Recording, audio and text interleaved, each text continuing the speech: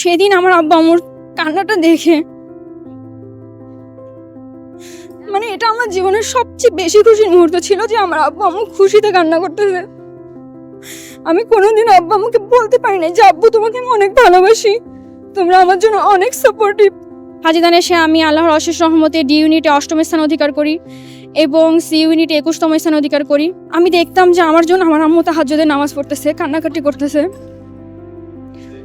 তো আমি নিজেও নামাজ পড়ে আল্লাহর কাছে একটা জিনিসই চাইতাম, আল্লাহ যেভাবেই হোক না কেন আমি আমার আব্বা আম্মুর মুখে হাসি দেখতে চাই। ভাইয়াদের ক্লাসে শুধুমাত্র পড়ানো হতো এরকম না, ভাইয়ারা অনেক মোটিভেশনাল কথা বলতো। সেই কথাগুলো শুনেও আমি অনেক সময় পড়ার দিকে আগ্রহী হয়েছিলাম। ভাইয়াদের সবগুলো ভাইয়ারই ক্লাস এত ভালো ছিল, এত হেল্পফুল ছিল যে ভাইয়াদের ক্লাস করার পর আমার সবার প্রথম যে কথাটা মনে পড়ছে, যে কমেন্টটা আমি করেছিলাম সেটা হচ্ছে, কেন এডুকেশনের ক্লাসগুলো আমি আগে দেখিনি, এই প্ল্যাটফর্মটা কেন আমার সামনে আগে আসেনি।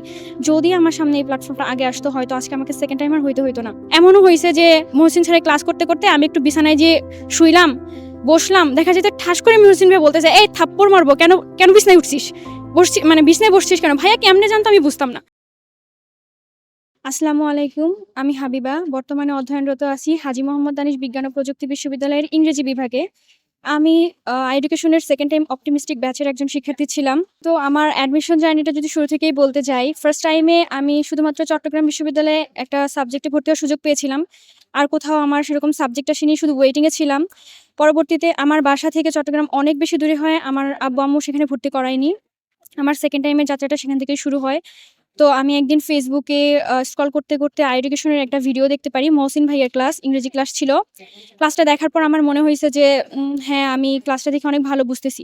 তারপর আমি আমার আব্বু আম্মুকে বলি যে আমি এডুকেশনের কোর্সটা কিনতে চাই। তারপরে এভাবেই আমি এডুকেশনের সেকেন্ড টাইম অপটিমিস্টিক ব্যাচে ভর্তি হয়ে যাই। ভাইয়াদের সবগুলো ভাইয়ারই ক্লাস এত ভালো ছিল, এত হেল্পফুল ছিল যে ভাইয়াদের ক্লাস করার পর আমার সবার প্রথম যে কথাটা মনে পড়ছে, যে কমেন্টটা আমি করেছিলাম সেটা হচ্ছে, কেন এডুকেশনের ক্লাসগুলো আমি আগে দেখিনি, এই প্ল্যাটফর্মটা কেন আমার সামনে আগে আসেনি। যদি আমার সামনে এই প্ল্যাটফর্মটা আগে আসতো হয়তো আজকে আমাকে সেকেন্ড টাইম আর হইতো না। তো এভাবেই মহসিন ভাইয়ার ইংরেজি ক্লাস, সুফিয়ান ভাইয়ার বাংলা ক্লাস, স্বর্ণ ভাইয়ার বাংলা প্রথম পত্র, ফাহাদ ভাইয়া, সাজ্জাদ ভাইয়া, আলিফ ভাইয়া, সবার ক্লাসগুলো আমি দেখতাম। এমন কোনো ক্লাস নেই যেটা আমি বাদ দিয়েছি। আমি সমস্ত ক্লাসই করেছি। ইভেন এমনও হইতো যে যখন আমি অনেক ডিপ্রেসড থাকতাম, আমার কোনো কিছু ভালো লাগতো না, আমি এন্টারটেইনমেন্টের জন্য কোনো গান বাজনা বা মুভি এগুলোতে কোনোদিনও দেখতাম না, আমি বাইরেও যাইতাম না, আমি ক্লাসগুলোই বারবার দেখতাম। আমি ভাইয়াদের ক্লাসে শুধুমাত্র পড়ানো হতো এরকম না, ভাইয়ারা অনেক মোটিভেশনাল কথা বলতো। সেই কথাগুলো শুনেও আমি অনেক সময় পড়ার দিকে আগ্রহী হয়েছিলাম। আমার অ্যাডমিশন টাইমের সবচেয়ে বেশি খারাপ লাগা যেটা ছিল সেটা হচ্ছে আমার আব্বু আম্মুর কান্নাটা। আমি দেখতাম যে আমি যখন টিকি নাই,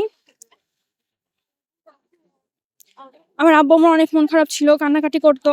আমার সামনে করতো না ঠিক আছে, কিন্তু আমি বুঝতাম যে আমার আব্বু আম্মুর অনেক কষ্ট হচ্ছে। আর আমি আমার আব্বু আম্মুর বড় মেয়ে, আমার বড় কেউ নাই, আমার অনেক দায়িত্ব। সো আমি আমার দায়িত্বের দিক থেকে চেয়েছিলাম যে আমাকে যেভাবেই হোক আমার আব্বু আম্মুর মুখে হাসি ফোটাতে হবে। আমি দেখতাম যে আমার জন্য আমার আম্মু তাহাজ্জুদের নামাজ পড়তেছে, কান্নাকাটি করতেছে। তো আমি নিজেও নামাজ পড়ে আল্লাহর কাছে একটা জিনিসই চাইতাম, আল্লাহ যেভাবেই হোক না কেন আমি আমার আব্বু আম্মুর মুখে হাসি দেখতে চাই। তুমি আমাকে এমন একটা রেজাল্ট দাও যে আমার ফার্স্ট টাইমের এত কষ্ট, আমার সেকেন্ড টাইমের এত দিনের কষ্ট যেন আমার আব্বু আম্মু ভুলে যায়, তাদের মুখে যেন আমি হাসি দেখতে পারি।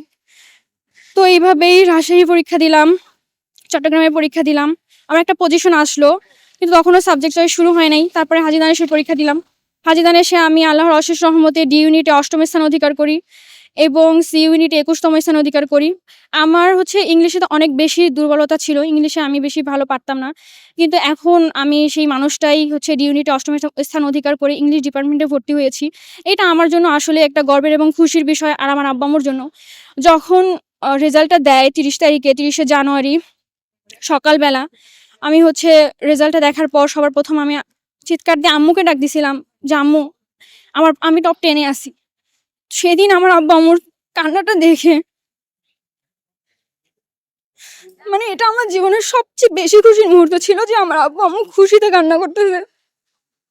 আমি কোনোদিন আব্বু আম্মুকে বলতে পারি না যে আব্বু তোমাকে আমি অনেক ভালোবাসি, তোমরা আমার জন্য অনেক সাপোর্টিভ। আব্বু আম্মু না থাকলে আমার এই জার্নিটা কোনোদিনও তো সহজ হতো না। সেকেন্ড টাইমে আমি শুনছি অনেকেরই অনেক কষ্ট হয়, বাবা মারাও অনেক কটু কথা বলে, কিন্তু আমার আব্বু আম্মু সবসময় আমার মাথায় হাত রেখে কথা বলতো আমি পড়ার সময় দেখতাম আব্বু যাইতো মাঝে মাঝে আমার মাথায় হাত দিয়ে বলতো, আম্মু তুমি কান্না করো না, চিন্তা করো না, আল্লাহ অবশ্যই উত্তম পরিকল্পনাকারী তোমার জন্য, সেটাই সেটাই আল্লাহ নির্ধারণ করে রাখছে যেটা তোমার জন্য ভালো। তো আমি আমার অনুরোধের ব্যাপারে এটাই বলবো যে তোমরা যারা ফার্স্ট টাইম হও বা সেকেন্ড টাইম হও, তোমরা এডুকেশনকে বেছে নিও।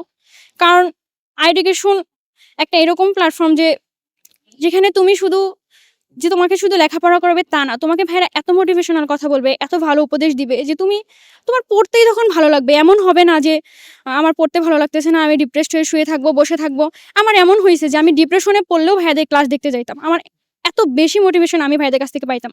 এমনও হয়েছে যে মহসিন স্যারের ক্লাস করতে করতে আমি একটু বিছানায় যেয়ে শুইলাম, বসলাম, দেখা যেত ঠাস করে মহসিন ভাই বলতেছে, এই থাপ্পড় মারবো, কেন কেন বিছনায় উঠছিস, মানে বিছনায় বসছিস কেন? ভাইয়া কেমনে জানতো আমি বুঝতাম না।